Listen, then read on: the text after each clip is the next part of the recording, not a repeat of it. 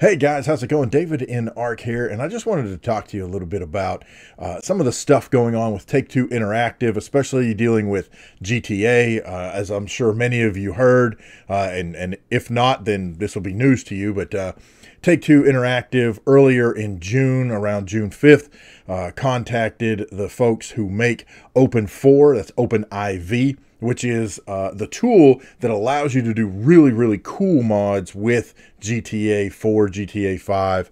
Anyway, they reached out to them and said, this is illegal. It's against our security. It's opening up the back-end system for people to get around security, for them to look at how the game works and what makes it tick. And we feel that's illegal. And so here's a cease and desist. Don't immediately stop working on and distributing OpenIV, or we'll take you to court.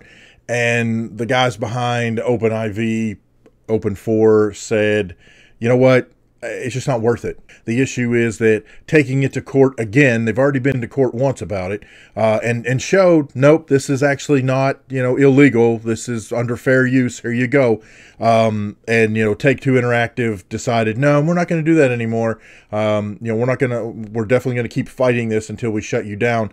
And finally they won. The big guys with the big guns and the big money beat down the little guys, and the entire modding community who love and support the games they play through the mods that are developed that provide way more experiences. They provide a lot more content. There's just so much you can do when you are able to mod a game.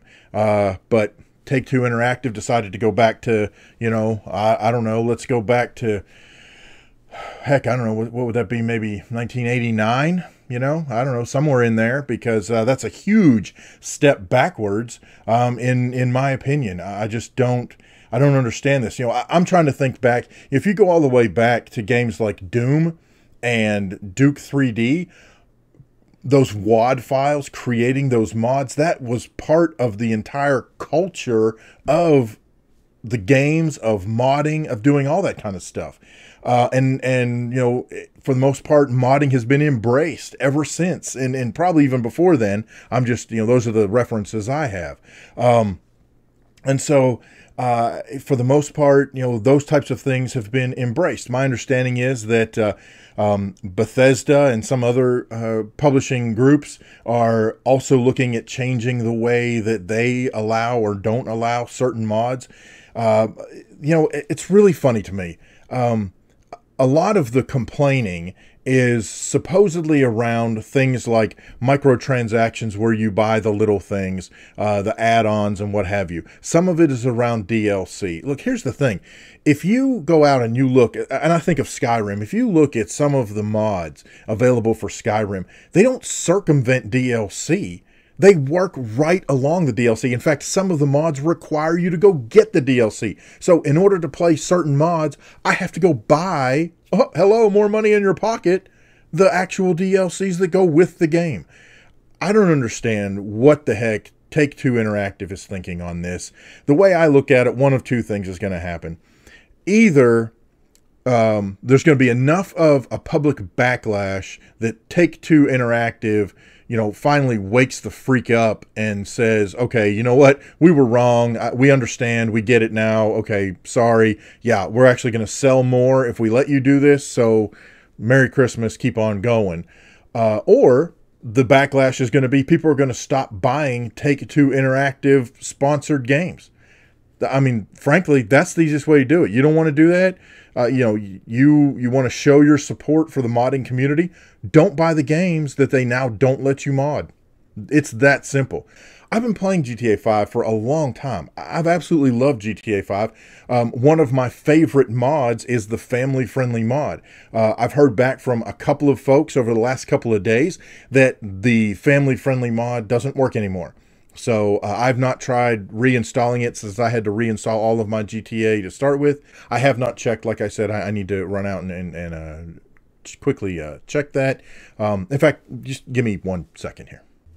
Okay, I went and looked, and it looks like it's just a script hook, so I don't know if it requires any of the OpenIV, Open4 stuff. It doesn't really look like it. However, I noticed that the current version is 2.6.1, and I don't know where that stands in relation to the latest GTA 5 update that they just did the other day.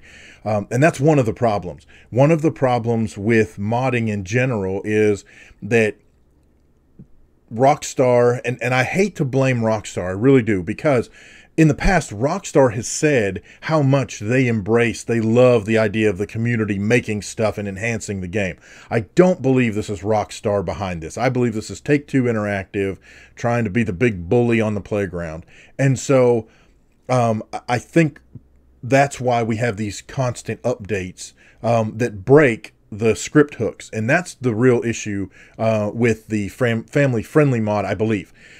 You have to go get the latest script hook that works with the latest GTA update, and then go get the latest family-friendly mod that works with that. So you see all these pieces have to come together in order for that to work. Well, about the time they get script hook working, then Take-Two Interactive and Rockstar release an update to GTA 5, and it breaks it all over again. So you're constantly working on it. Frankly, at some point, people just get tired of messing with it. You know, at one point you go, fine, you know what, just forget it. So I don't know if the actual mod is working at this point for family friendly and or some of the other trainers.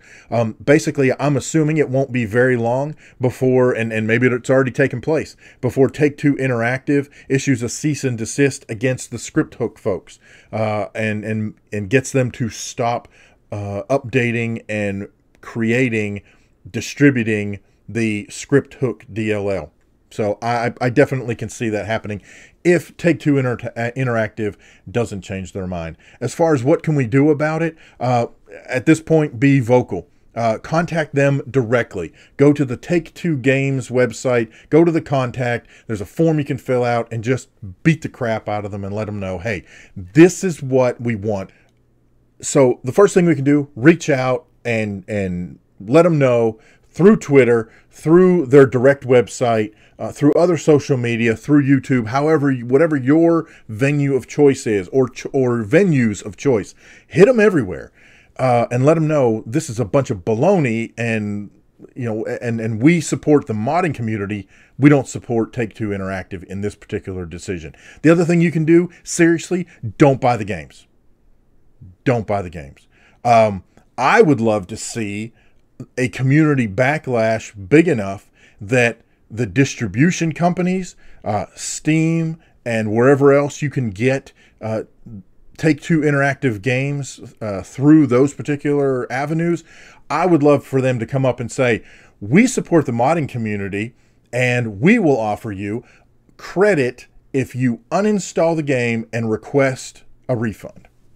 That would be awesome. If Steam and those guys would step up and do that, that would hit Take-Two Interactive right where they need to be hit. Right in the pocketbook, right between the eyes. Let them see this is not the way to do business in 2017 with games that you're releasing. So, other than that, I have no opinion. Anyway, thank you guys so much for listening and watching my rant and all that crazy stuff. But it's one of those things that in the scheme of life is really truly not that important. Look, there's a whole lot of things going on around the world that are way more important than video gaming and modding and all that kind of stuff. But as far as I'm concerned, within the community of gaming and modding, this is huge. This is a major step backwards into this closed environment, keeping everything proprietary, not allowing mods. It's ridiculous. So you know what people are going to end up doing? People are going to go mod other games that allow mods, and they just won't play your game anymore. That's the way it is.